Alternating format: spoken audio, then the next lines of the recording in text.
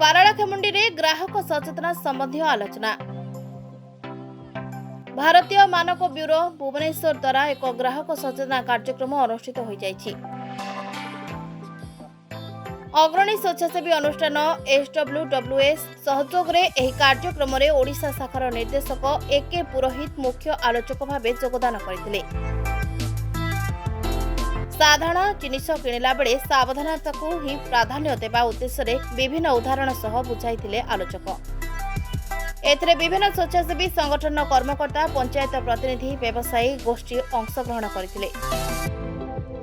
SWWS ର ସଭାପତି DD Jagannath ରାଜୁଙ୍କ ଉଦ୍ୟମରେ ଏହି କାର୍ଯ୍ୟକ୍ରମ ଅନୁଷ୍ଠିତ ହୋଇଥିବା ବେଳେ ସମାଜସେବୀ ଭାଗବତ ପାଢ଼ୀ ଧନ୍ୟବାଦ ଅର୍ପଣ କରିଥିଲେ।